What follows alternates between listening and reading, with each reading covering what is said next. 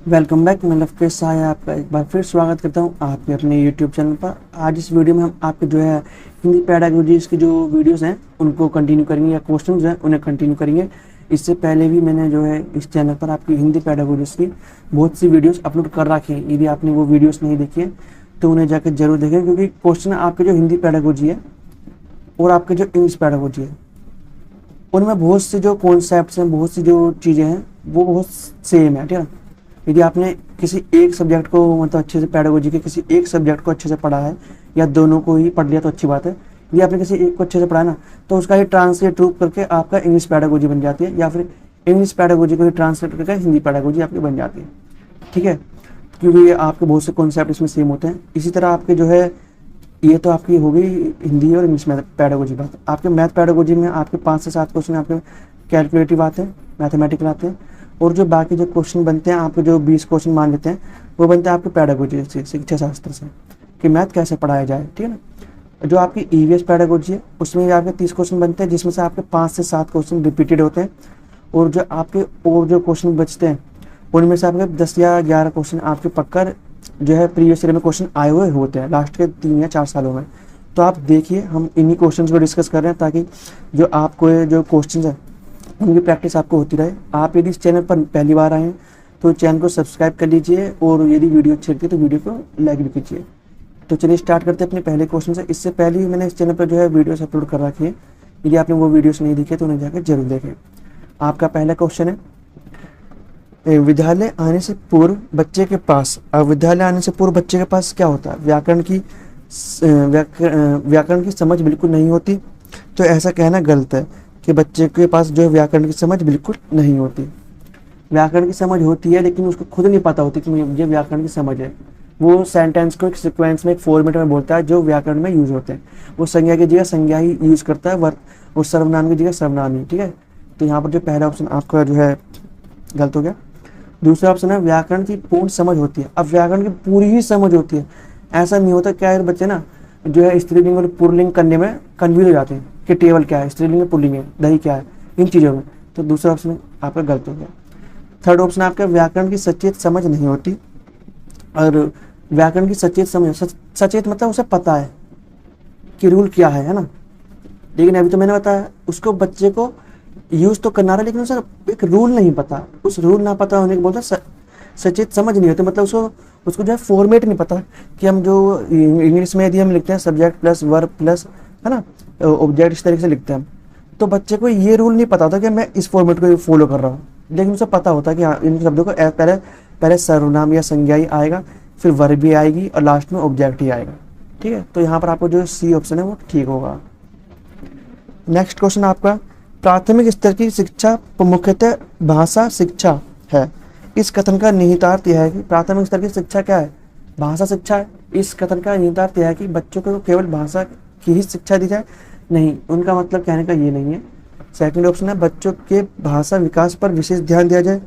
तो बिल्कुल ठीक, बच्चे का जो भाषा विकास पर हमें ध्यान देना है, क्योंकि लाइफ टाइम से कम्युनिकेशन करने के लिए, संप्रेषण करने के लिए उसे क्या करना पड़ेगा? भाषा का प्रयोग करना। और जितना इफेक्टिव तरीके से वो भाषा का प्रयोग करना सीख पाएगा स्टार्टिंग से ही, उतना ही उसकी परफॉर्मेंस अच्छी होगी आने वाले टाइम में, ठीक है ना। क्योंकि आपने देखा होगा इंटरव्यू में क्या चाहिए होता है, इंटरव्यू में परफॉर्मेंस देखते हैं। तो यहाँ पर जो कि बच्चा कितने सामने कितने कॉन्फिडेंस से, कितनी अच्छे तरीके से शब्दों का उतार चढ़ाव और जोर देते हुए शब्दों को, अपनी बात को कह पा रहा है, सब सामने वाले को समझा पा रहा है। तो सेकंड ऑप्शन आपका सही होना चाहिए। थर्ड ऑप्शन है, बच्चों को अनेक भाषा सिखाना अनिवार्य है। तो जरूरी नहीं है कि बच्चे को अनेक भाषा सिखाया जाए। हम त्रिभाषा सूत्र को फॉलो करते हैं, मातृभाषा, फिर कोई हिंदी भाषा, फिर कोई फॉरेन लैंग्वेज, ठीक है। तो ऐसा नहीं है। और जो आपका डी ऑप्शन है वो है, बच्चों को मानक भाषाएं सिखाई जाए। तो ये भी नहीं होगा आपका। यहाँ पर आपका जो ऑप्शन नंबर बी है वही सही बैठ रहा है। नेक्स्ट क्वेश्चन आपका, जो शिक्षक बच्चों को भाषा से अर्थपूर्ण परिचय कराना चाहते हैं वे पाठ्य पुस्तक में दैनिक उपयोग की भाषा को स्थान देते हैं। बिल्कुल ठीक। डेली लाइफ में जो शब्द यूज होते हैं ना, उनको जो है टीचर यूज करें। जैसे हम क्या करते हैं, मुझे आपसे ये अपेक्षा है, मतलब मुझे आपसे ये उम्मीद है ना। तो हम अपेक्षा की जगह उम्मीद यूज करेंगे शब्दों को, ताकि बच्चे के लिए थोड़ा सरल हो जाए। लेकिन हम बच्चे को ये भी बताएंगे कि अपेक्षा और उपेक्षा क्या है ना। तो यहाँ पर आपको डिफरेंस ये चीज भी बतानी है। सेकंड ऑप्शन है, वे साहित्य की शिक्षण पर बल देंगे। साहित्य के शिक्षण पर बल नहीं देना। वे भाषागत शुद्धता पर अत्यधिक बल देंगे कि भाई एकदम शुद्ध रूप बोलना है ना, एकदम शुद्ध रूप लिखना है, एक इतनी सी भी गलती नहीं होनी चाहिए। तो बिल्कुल भाषागत शुद्धता नहीं पाई जाती मोस्टली, है ना, बिल्कुल 100% नहीं पाई जाती। तो इसलिए आपका जो सी ऑप्शन है वो भी गलत होगा। फोर्थ ऑप्शन है वे बच्चों की भाषा का आकलन नहीं करते हैं, गलत। भैया करते हैं आकलन, देखते हैं ना अवसर देते हैं, अभिव्यक्ति करने के तरीके बता देते हैं। तो यहाँ पर जो आपका डी ऑप्शन है वो भी गलत होगा। ए ऑप्शन यहाँ आपका सही है यहाँ पर बस। नेक्स्ट क्वेश्चन आपका, बच्चे की प्रक्रिया में सर्वाधिक महत्वपूर्ण है। अब बच्चे की नहीं, पढ़ने की प्रक्रिया में सबसे ज़्यादा महत्वपूर्ण क्या है? तो पढ़ने के लिए आपको ना वर्णमाला पता होनी चाहिए, जहाँ तक मुझे लगता है, ठीक है। तो देखता है वर्णमाला का क्रम ज्ञात होना चाहिए, चलो ठीक है, मान लिया। सेकंड ऑप्शन है आप बच्चों शब्दों को पढ़ने की कुशलता, ये भी ठीक है, मान लिया, गलत है ये। थर्ड ऑप्शन है वाक्यों को पढ़ने की कुशलता, ये भी गलत है। पढ़ी गई पाठ्य वस्तु का अर्थ ग्रहण करना, ये सबसे ज़्यादा इंपॉर्टेंट है। ये आपका फर्स्ट ऑप्शन पे जिससे भी ज़्यादा इंपॉर्टेंट है कि बच्चे ने जो पढ़ा है ना उसको बच्चा समझ पाए। वर्णमाला का तो मतलब जैसे आप ये मान लीजिए, मैंने एक वाक्य लिखा, राम गाना गाता है, राम गाना गाता है, बच्चे को पता है ये रा से रहता है, ये आ की मात्रा है, ये माँ से मछली, ये गा से गमला, ये ना से नले, ये गा से गमला, ये ता से तरबूज, ये हा से हल है, ये पता है। लेकिन क्या बच्चे को ये पता होने के बाद इसका वो अर्थ निकाल पा रहा है? नहीं निकाल पाएगा, उसे पता ही नहीं है, उसे बस इतना पता ही है। बच्चा बता तो दे कि ये रा है पूछने पर, लेकिन बच्चा ये नहीं बता पाएगा कि राम गाना गाता है इसका अर्थ क्या बन रहा है, ठीक है ना। राम क्या है? राम नाम है किसी का। तो ये चीज़ इंपॉर्टेंट है कि बच्चे को पता हो, कि बच्चे ने जो पढ़ा है ना उसका अर्थ ग्रहण कर सके, उसको समझ पाए। राम गाना गाता मतलब राम ने गाना गाया। तो यहाँ पर जो आपका डी ऑप्शन है वो ठीक होगा। नेक्स्ट क्वेश्चन आपका, एक भाषा शिक्षक के रूप में आप अपनी क्या जिम्मेदारी महसूस करते हैं? भाई देखो, कुछ टीचर्स की कुछ जिम्मेदारी होती है, ठीक है ना, तो वही इनमें से एक बतानी। समय सीमा के भीतर भाषा का पाठ्यक्रम पूर्ण करना, यह हर टीचर कर देता, समय से पहले कर देता प्राइमरी लेवल पर। सेकंड ऑप्शन है समय सीमा के भीतर पाठ्य पुस्तक पूर्ण करना, समय सीमा के भीतर, ठीक है, समय सीमा के भीतर हो गया पूर्ण करना। दोनों ऑप्शन एक जैसी है, कोई अंतर नहीं है। समय है, सीमा के भीतर पाठ्य भाषा के पाठ्यक्रम और पाठ्य पुस्तक, तो ये थोड़ा अलग है, लेकिन ये भी नहीं होगा। बच्चे को भाषा के विविध स्वरूपों और प्रयोगों से परिचित कराना, आपको सी ऑप्शन ठीक होगा। और फोर्थ ऑप्शन है बच्चों द्वारा भाषा परीक्षाओं में अच्छे अंक, इस पर ध्यान देना ही नहीं है हमें प्राइमरी लेवल पर, क्योंकि आपको पता है जो हमारी पॉलिसी 8वीं क्लास तक बच्चों को जो है ऐसे पास कर रही है, लेकिन ताकि बच्चे जो है एग्जाम का बर्डन बच्चे पे ना पड़े और वो बोझ इस चीज़ से मुक्त रहे और वो जो है फ्री होकर सीख पाए। लेकिन बच्चों ने आजकल क्या कर दिया, 8वीं तक तो पास हो ही जाएंगे, चलो ऐसे पढ़ते हैं। नेक्स्ट क्वेश्चन आपका, मातृभाषा में शिक्षा से कक्षा में पढ़ाई करने में सुविधा होती है। तो आपका पहला ऑप्शन ही मुझे सही लग रहा है दोस्तों, शिक्षा में पढ़ाई में सुविधा होती है। दूसरा ऑप्शन है शिक्षार्थियों को मतलब अधिकाधिक प्रतिभागिता होती है, तो स्टूडेंट ज़्यादा इन्वॉल्व होते हैं, एक्टिव पार्टिसिपेंट होता है। थर्ड ऑप्शन है बेहतर परिणाम निकलेंगे, बिल्कुल ठीक, अच्छे अंक खुद ही आ जाएंगे जब अच्छे परिणाम मतलब निकलेंगे तो, क्योंकि जब बच्चा भागीदारी करता है ना क्लास में, इन्वॉल्वमेंट होता है किसी भी एक्टिविटी में, किसी भी चीज़ में, तो उसकी परफॉर्मेंस खुद ही बढ़ती है। तो आपको जो फोर्थ ऑप्शन है वो ठीक होगा यहाँ पर। नेक्स्ट क्वेश्चन आपका, भाषा सीखने सिखाने के संबंध में कौन सा कथन सही नहीं है? तो भाषा सीखने सिखाने के संबंध में कौन सा कथन सही नहीं है? भाषा परिवेश से सीखी जाती है, ठीक, अर्जन करना सहज होता है, बिल्कुल ठीक, सहज मतलब आसान होता है, सरल होता है, ठीक ना, एकदम सुगम होता है, ये बोलिए बात। थर्ड ऑप्शन है संचार माध्यम भाषा सीखने में मदद करते हैं, ठीक है, संचार के जो माध्यम है, चाहे आपका टीवी हो, रेडियो हो, है ना, कंप्यूटर भी हो सकता है आपका, और जो आपका जो और भी चीज़ें हैं आपकी, ठीक है ना, तो जो टेक्नोलॉजी है वो बहुत ज़्यादा इंपॉर्टेंट है आज के टाइम में तो। और फोर्थ ऑप्शन है भाषा विद्यालय में ही अर्जित की जाती है। अब ये किसने कह दिया कि भाषा का अर्जन से विद्यालय में होता है? भाई विद्यालय में नहीं होता भाषा का अर्जन, समाज में होता है, परिवार में होता है ना। तो समाज बोल दीजिए, समाज के अंदर आपका परिवार भी आ गया, ठीक है। अब आप बोल रहे हो विद्यालय नहीं आता, भाई विद्यालय भी आ गया, लेकिन सिर्फ भाषा का अर्जन विद्यालय में ही होता है, ये गलत है, ठीक है। तो आपका जो डी ऑप्शन है वो गलत होगा, सिर्फ विद्यालय में होता है ये गलत होगा। अधिगम बोल सकते हो आप विद्यालय में, लेकिन अर्जन नहीं बोल सकते। तो यहाँ पर जो आपका डी ऑप्शन है वो गलत वाला है। तो हमें गलत वाला बोला था ना, तो गलत वाला ही आपका आंसर होगा। ये सब आपके सही आंसर हैं, इस पर क्रॉस लगा देते हैं, ये आपका गलत वाला है, ये सब आपके सही वाले होंगे। नेक्स्ट क्वेश्चन आपका लिखना। तो लिखना क्या है? लिखना क्या आपका? एक सहज बातचीत है, एक यांत्रिक कौशल है, अत्यंत जटिल कौशल है, पढ़ने के बाद सीखा जाता है। तो पढ़ने के बाद सीखा जाता है। LSRW आप साथ साथ सीखते हो, ये साथ साथ बढ़ते हैं, वृद्धि साथ साथ होती है, ठीक है ना, एक लेवल तक। ठीक है, ठीक है, इतना समझ आ गया।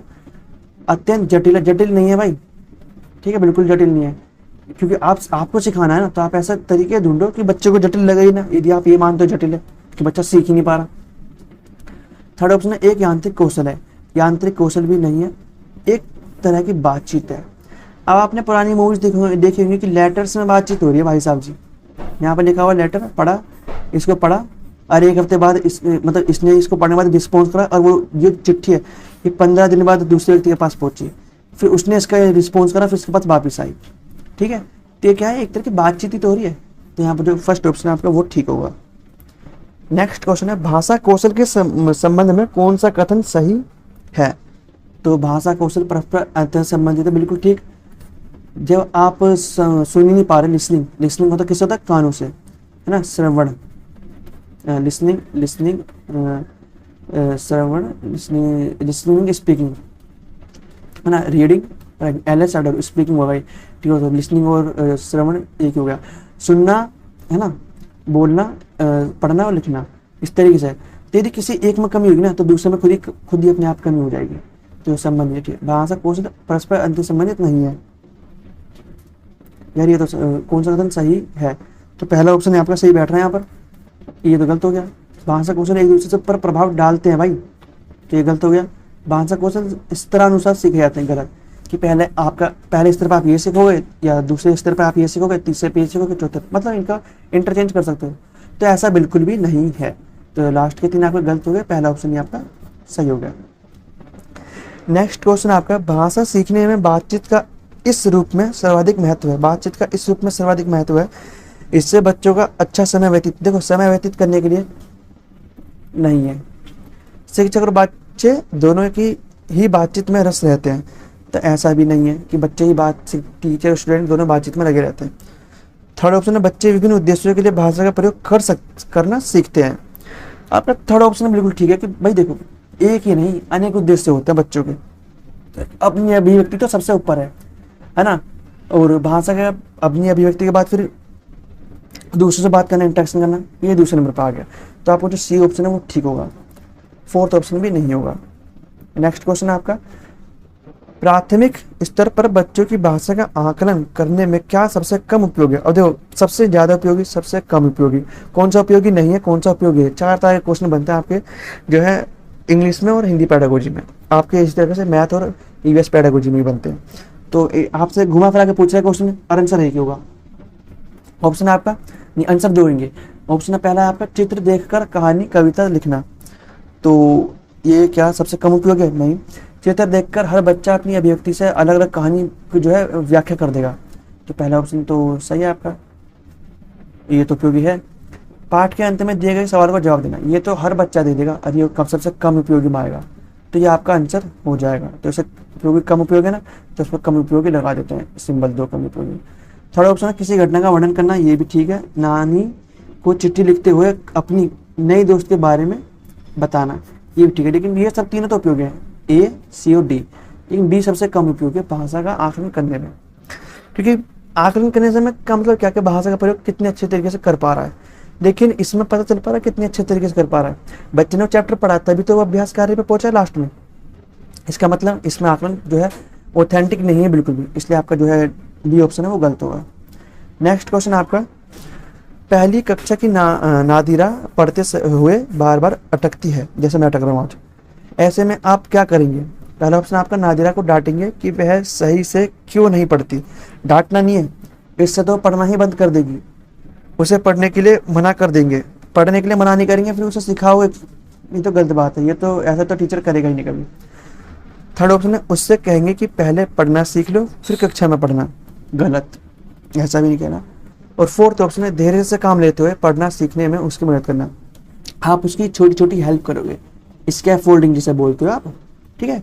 क्लू देना, हिंट देना कि शब्द ये ऐसे मात्रा लिखी हुई है तो ये क्या बना, ये हो सकता है, हाँ ये हो सकता है, तो मदद करो क्या बच्चों के पढ़ने में, तो इसलिए आपका डी ऑप्शन जो है ठीक होगा। नेक्स्ट क्वेश्चन आपका, आपके विचार से भाषा शिक्षण के संदर्भ में सबसे कम महत्वपूर्ण है, क्या सबसे कम महत्वपूर्ण है? भाषा शिक्षण के प्रति शिक्षक का नजरिया, यह तो देखो महत्वपूर्ण है कि टीचर किस तरीके से देखता है अपने सब्जेक्ट को। भाषागत विविधता के प्रति संवेदनशीलता, बिल्कुल ठीक, कितने सेंसिटिव है, विविधता है ना भाषा में। थर्ड ऑप्शन है भाषा के आकलन की प्रक्रिया, प्रक्रिया भाई बहुत कॉमन चीज़ है, इस पर तो ये महत्वपूर्ण है, पता होनी चाहिए। और फोर्थ ऑप्शन है किसी भाषा विशेष का साहित्य, किसी भाषा विशेष का साहित्य बोलते ना, तो इसलिए गलत हो गया, तो फोर्थ ऑप्शन आपका गलत होगा। नेक्स्ट क्वेश्चन आपका, हिंदी भाषा की कक्षा में मोना लिखते समय कठिनाई का अनुभव करती है, यह समस्या किससे संबंधित है? पहला ऑप्शन आपका डिसलेक्सिया से, दूसरा ऑप्शन डिस्ग्राफिया से, थर्ड ऑप्शन आपका डिसकैल्कुलिया से, और फोर्थ ऑप्शन डिसलेखिया। लेखिया तो होता नहीं है, कैलकुलिया मैथ से होता है, ग्राफिया लिखने से होता है, और डिसलेक्सिया पढ़ने से होता है, तो आपका बी ऑप्शन है वो ठीक होगा। पढ़ने से बोला है ना, लिखते समय, हाँ ठीक है, डिसग्राफिया। और ये आपका लास्ट क्वेश्चन था। तो आज इस वीडियो में हमने आज जो आपके हिंदी पेडागोजी के 15 क्वेश्चन करें। मैं डेली इस चैनल पर जो है 2 वीडियोस अपलोड कर रहा हूँ आपके सीटेट के लिए, और आपके सिर्फ सीटेट के लिए नहीं, आपके जो अदर स्टेट एग्जाम की यदि आप तैयारी कर रहे हैं तो ये वीडियोस उनके लिए भी हेल्पफुल होंगी, क्योंकि जो ये कॉन्सेप्ट्स हैं वो मोस्टली जो स्टेट्स हैं 95% 98% सेम ही रहते हैं, ठीक, कुछ ही चेंजेस होते हैं, ठीक है। तो ये वीडियो सभी के लिए हेल्पफुल है। यदि आप इस चैनल पर पहली बार आए हैं तो चैनल को सब्सक्राइब कर लीजिए, क्योंकि आने वाले टाइम में इस चैनल पर आपको बहुत सी वीडियोस मिलेंगी जो आपकी जो टीचिंग से रिलेटेड आपके लिए बहुत ज़्यादा हेल्पफुल होंगी। और वीडियो अच्छी लगी तो वीडियो को लाइक भी कर लीजिए। तो चलिए मिलते हैं नेक्स्ट वीडियो में।